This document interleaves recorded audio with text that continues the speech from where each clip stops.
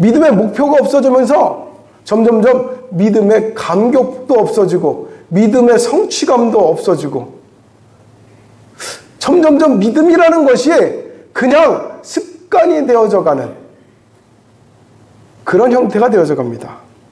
내 믿음이 마치 이 예배 시간에만 있는 것 같은 그런 모습으로 변하기 시작합니다. 예배 시간을 떠나서는 거의 하나님을 떠올리지 않는 그러한 생활. 그런데 식사기도도 원체 기도를 이제 안 하다 보니까 식사기도 때 할 말이 없어요. 하나님 감사합니다 하고 나서는 더 이상 할 말이 없어서 예수님의 이름으로 기도합니다 하고 끝내버리는 거죠. 어떤 학생들이 기도하는 걸 봤는데 이렇게 기도해요. 하나님 땡큐 이러고 끝이에요. 그러다가 이제 뭔가 어려움이 닥치면 그제서야 발등에 불이 떨어지고 나서야 조금 이제 기도를 하기 시작합니다.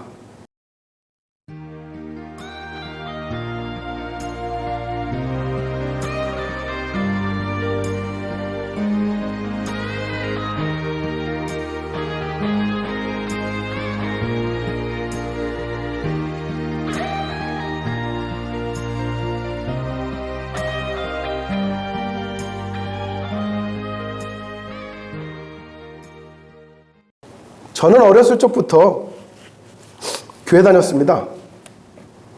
모태신앙이었기 때문에 태어나면서부터 교회를 다녔습니다.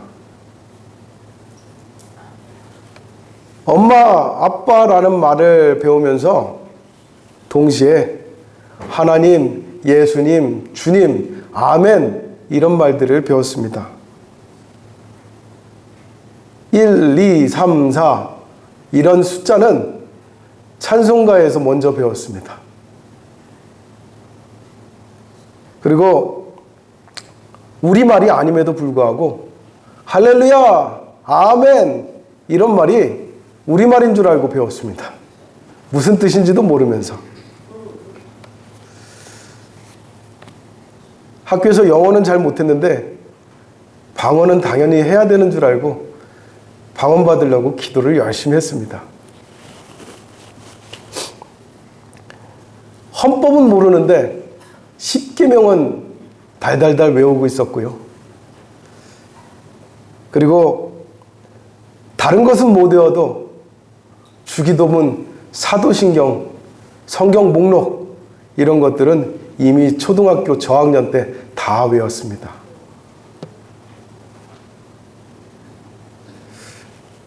근데 저뿐만 그런 거 아니에요. 제 나이 또래 중에서 주일학교를 나왔다 하는 사람들을 보면은 다 저와 같이 합니다. 대부분의 교회들이 요즘에는 이제 잘 안 해요. 그런데 불과 얼마 전까지만 해도 예배 시간에 꼭 주기도문을 넣고 꼭 사도신경을 넣는 그런 교회들이 있었습니다. 그러다 보니까 사도신경을 할 줄 모르고 주기도문을 할 줄 모르면 이 초신자 취급을 좀 받는 그런 모습들이 좀 있었어요. 그런데 또 문제가 있었습니다. 이제 사도신경도 알고 주기도문도 할 줄 알고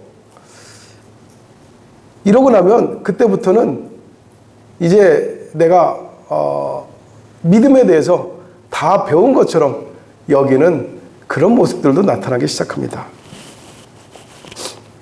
아직도 더 배울 것이 많고 더 받을 것이 많은데도 불구하고 이제 다 배운 것처럼 더 나아가지 않고 딱 거기까지 머물러 있는 그런 모습들이 참 많습니다. 그런 점에 있어서 그리스도의 교회는 그런 것 때문에 사실은 주기도문을 하지 않습니다. 왜냐하면 주기도문을 배우고 나면 그 다음부터 그것이 기도의 모든 것인 줄 착각하기 때문에 주기도문이 아니라 너의 기도를 끊임없이 드려라 이렇게 가르치죠. 사도신경을 하면 내 신앙 고백이 다 된 줄 알기 때문에 그러지 말고 너의 신앙 고백을 끊임없이 하나님께 드려라 하고 가르치고 있습니다.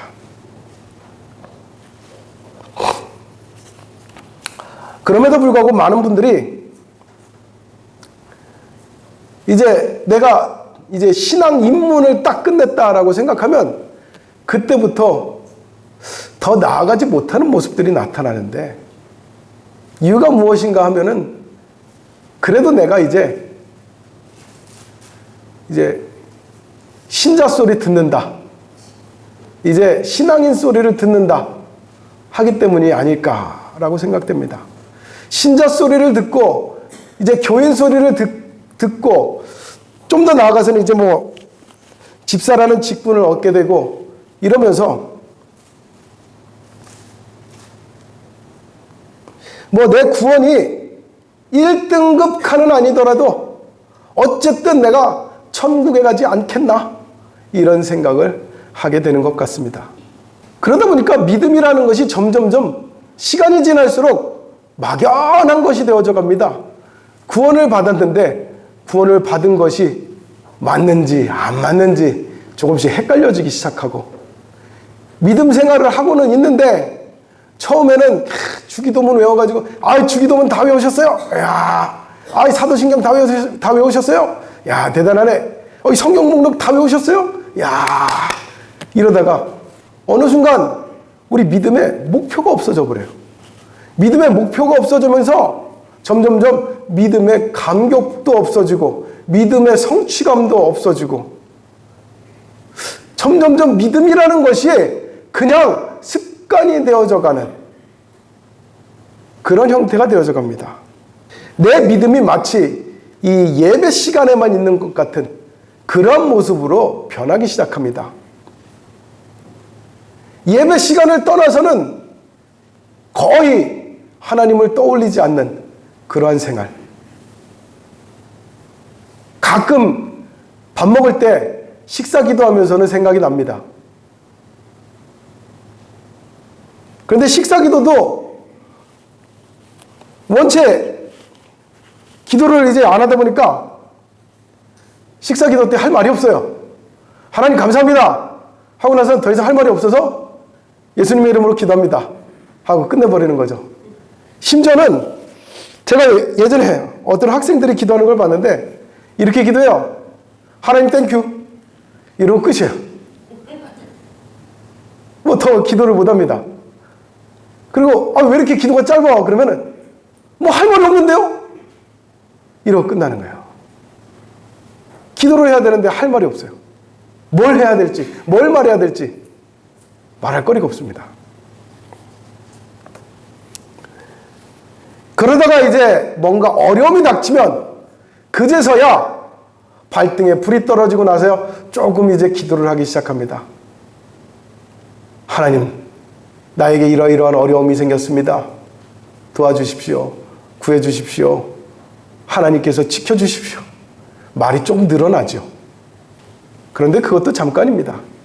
그 어려움이 지나가고 나면 이제 또 평상시와 같이 더 하나님께 나아가야 될 필요성을 느끼지 못하는 경우들이 종종 있습니다.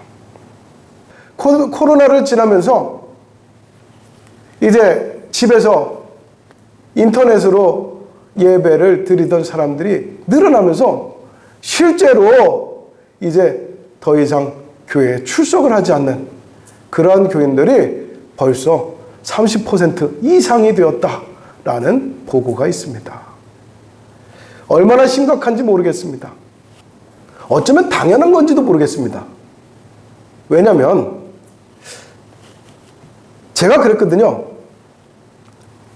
한때는 정말 공부를 되게 열심히 했던 제가 우등생입니다. 그런데 어느 때부터인가 공부를 하기 싫어졌어요. 공부를 왜 해야 되지? 이런 의문이 들었습니다. 그때부터였습니다.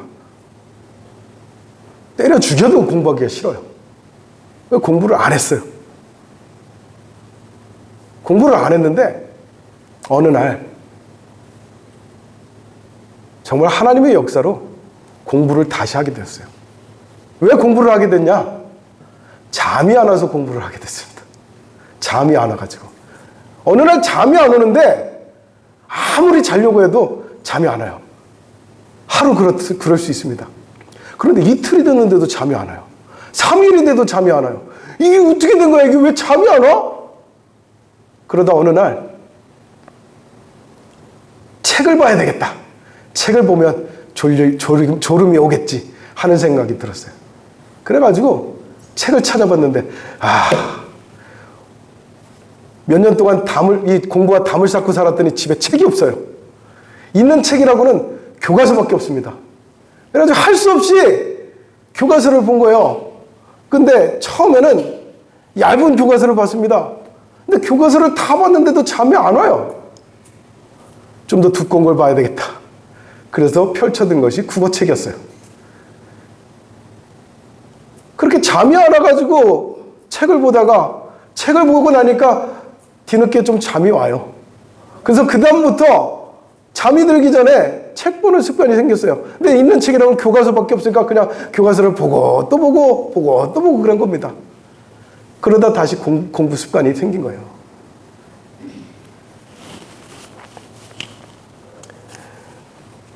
공부의 필요성을 느끼지 못하면 공부하지 않습니다.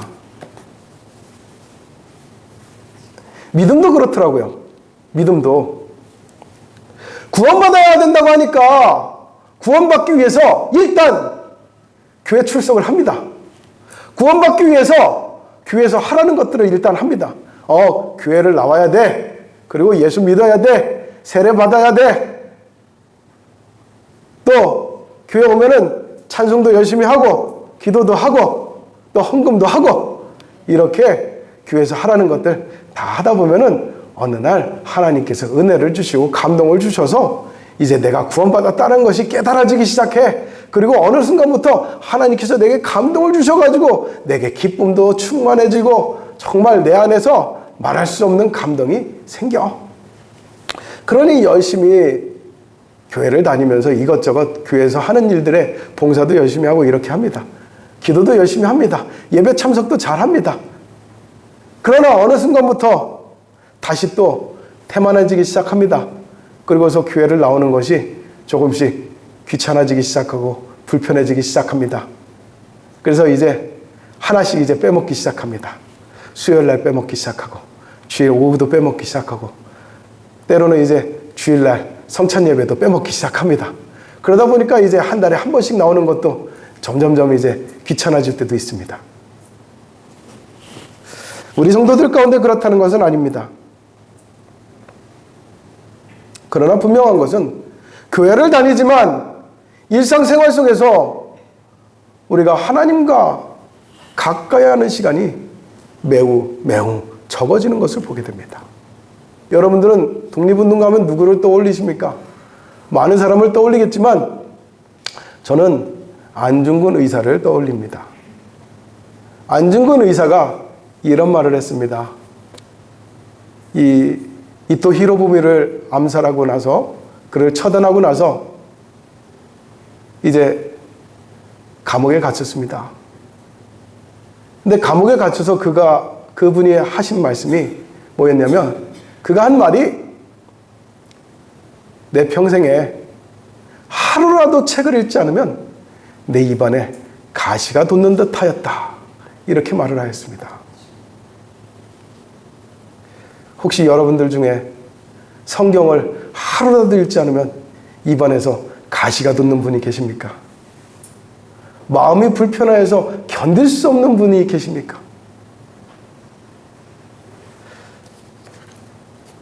내가 하나님을 하루라도 찾지 않으면 마음이 괴로워서 견딜 수 없는 분이 계십니까? 우리의 믿음이 이와 같은 믿음이 되시기를 바랍니다.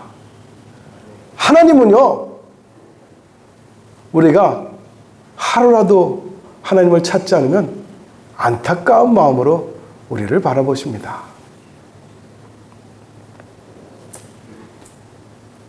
저희 큰아이가 며칠 전에 학교 기숙사에 들어갔습니다.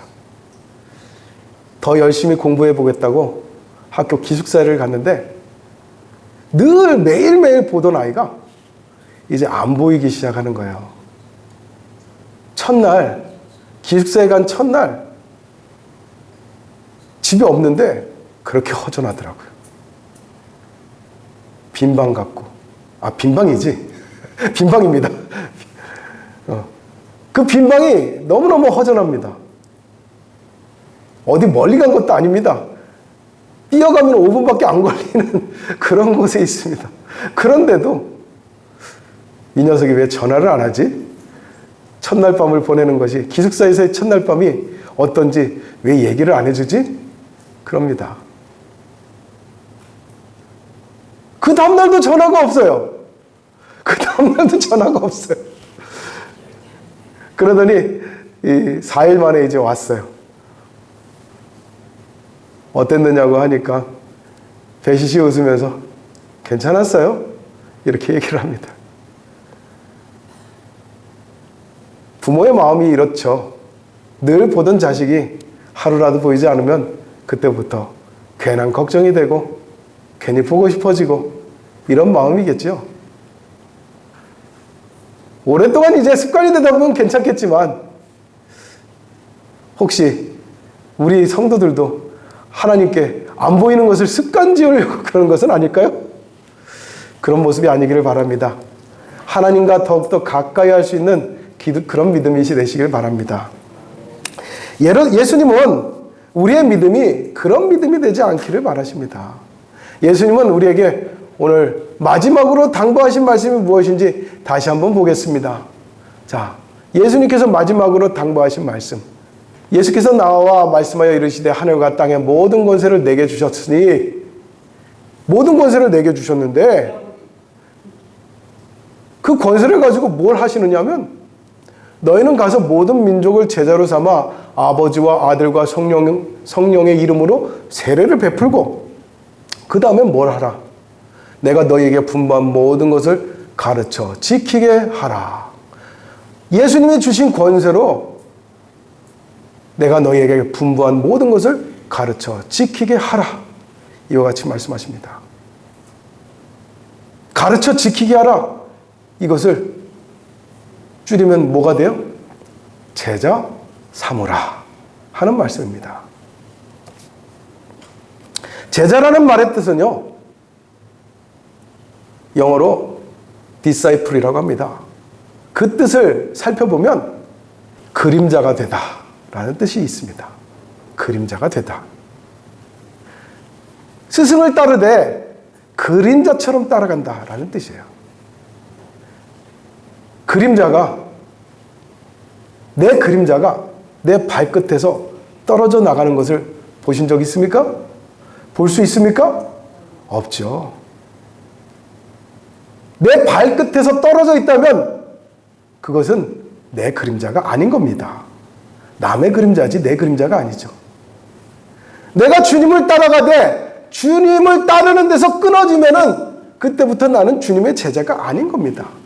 주님의 제자라면은 주님을 끝까지 끊임없이 따라야 되는 것입니다. 예수님은 그와 같이 되게 하라고 가르쳐 주시고 명령하셨습니다.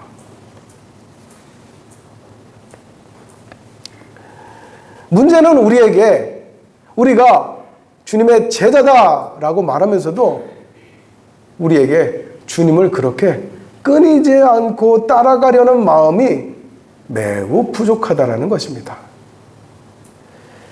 다윗은 시편에서 고백하기를 자신의 왕궁에서 사는 것보다 주의 장막에 거하는 것이 복이 있다라고 그렇게 시편에서 고백하였습니다. 화려한 왕궁이 아니라 장막입니다. 주의 집이 아니고 주의 장막. 장막이 뭐예요? 천막이에요. 비록 천막일지라도 주님이 계신 곳에 거하는 것이 차라리 복됩니다. 이렇게 고백하는 다윗이 있습니다.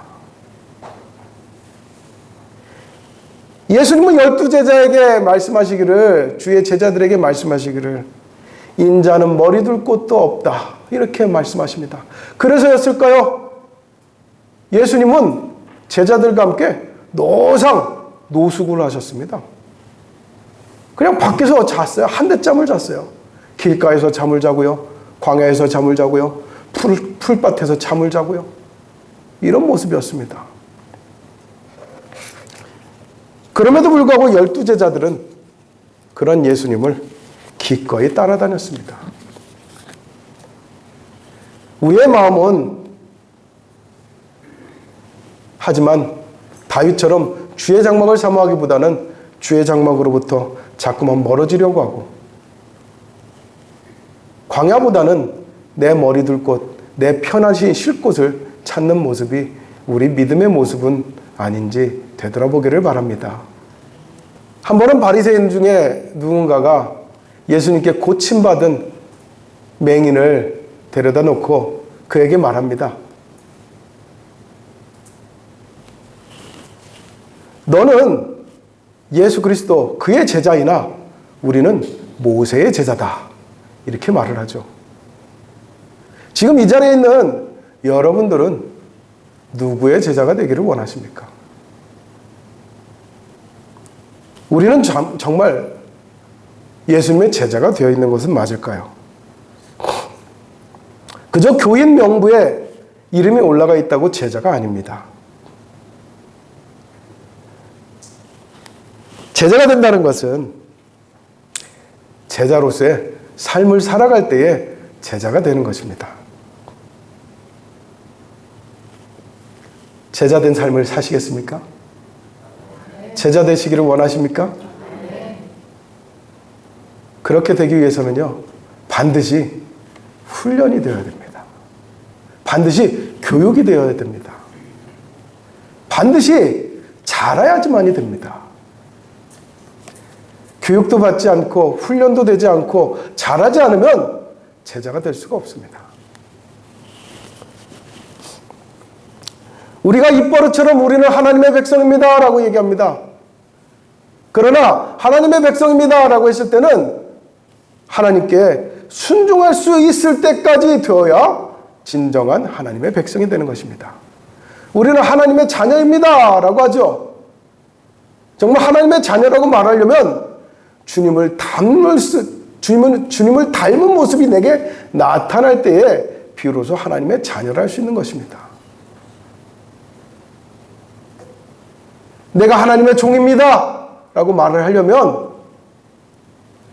정말 작은 것에라도 순종할 수 있을 때, 그때 하나님의 종이라 할 수 있는 것입니다. 오늘 말씀처럼, 오늘 말씀의 제목처럼 내가 예수님의 제자입니다 라고 한다면요, 예수님에 대하여서 배우고 그 배운 것을 내가 삶 속에서 나타낼 수 있을 때 제자가 될 수 있는 것입니다. 언제까지 내가 믿음 생활 처음 할 때에 초신자의 모습으로 계속 머물러 있으려고 한다면 거북해도 들으십시오. 그렇게 살겠다고 하는 것은 병입니다. 그것은 병 걸린 믿음입니다. 사도 바울은 우리의 믿음이 자라서 장성한 자의 믿음이 되라고 가르칩니다. 언제까지 아이에 머물러 있지 말라고 가르칩니다. 아이도 그렇습니다. 1살, 2살, 3살, 10살, 20살 되었는데 여전히 아이로 있다면 그것은 병입니다. 그런 것처럼 우리의 믿음도 자라지 않는다면 우리의 믿음이 병 걸린 것입니다. 그럼 병에 걸렸다면 어떻게 해야 되나요? 치료해야 되죠. 고쳐야 되죠. 치료를 해야 건강하게 자라나고 건강하게 자라나야 가정도 일구고 또 새로운 일가를 이룰 수 있지 않겠습니까? 우리의 믿음이 그와 같기를 주님은 바라고 계시다는 것입니다. 개구리 올챙이적 생각 못한다라고 하죠. 개구리가 올챙이적 생각을 못하는 것이 맞는 것 아닙니까? 계속 올챙이적으로 돌아가려고 한다면 그것이 문제가 아니겠습니까? 우리는 제자로 살기를 다짐하고 제자로 살기를 결단하고 제자로 살기를 하나님 앞에 간절히 간구하는 믿음이 되시기를 바랍니다. 제자로 살기 위해서는요, 마땅히 당장 해야 될 것들이 있습니다. 첫 번째로는 반드시 성경을 보십시오.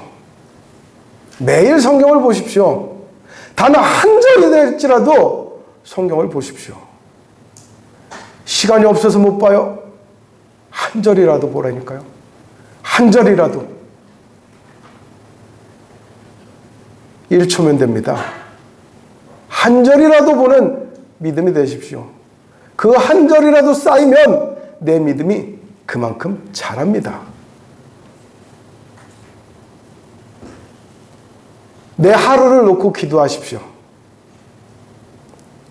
기도를 하되 내 하루가 시작될 때에 기도하시고 내 하루가 맞춰질 때에 기도하십시오. 그와 같이 시작과 끝이 하나님께 시작되어지고 하나님께 맞춰질 때에 하나님께서 우리의 삶을 변화시킬 줄로 믿습니다. 내 삶이 어떻게 해서든지 하나님을 따라가는 삶이 돼야지, 예수를 따라가는 삶이 돼야지, 성경을 따라가는 삶이 돼야지, 그래야 내가 제자로 살 수가 있습니다. 그리고 제자로 살기 위해서는 제자는 겸손한 자입니다.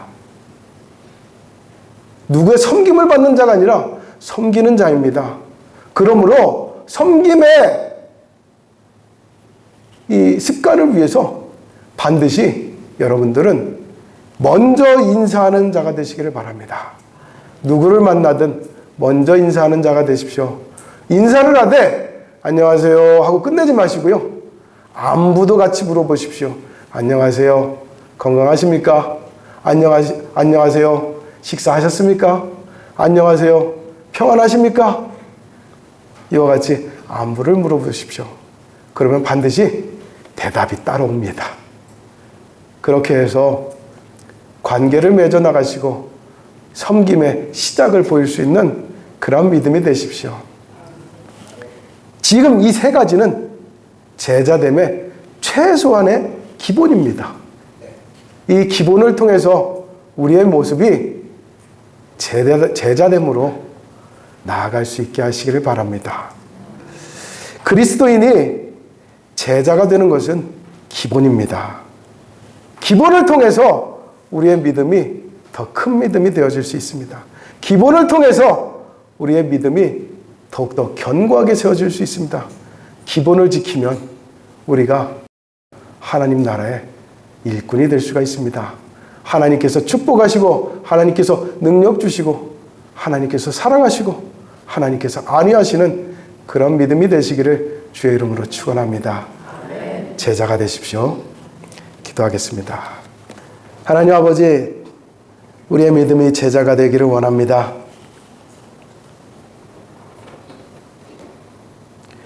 예수님께 몰려왔던 무수히 많았던 수천 명, 수만 명의 사람들처럼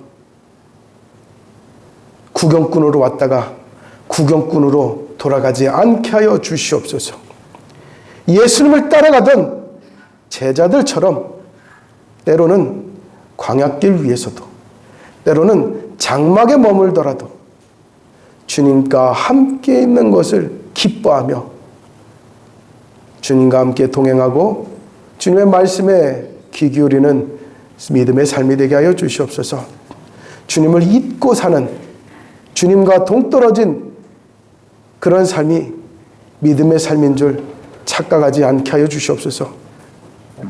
일주일에 하루 찾는 것이 믿음의 삶이 아니라 매일매일 주님의 말씀과 함께 주님의 뜻을 구하며 세상 속에서 섬기며 살아갈 수 있는 믿음의 기초를 가질 수 있는 우리 성도들이 되게 하여 주시옵소서. 그리고 이 믿음의 기초로 하나님 앞에 더 크게 세워져 가고 더 크게 성장해 갈 수 있는 우리 믿음의 성도들이요, 우리 교회가 되게 하여 주시옵소서. 이 믿음을 통하여서 하나님의 능력이 많이 나타나는 우리 성도들과 우리 교회가 되어지기를 원합니다. 하나님 역사하여 주시고 하나님 우리를 인도하여 주시옵소서. 예수님의 이름으로 기도드리옵나이다. 아멘.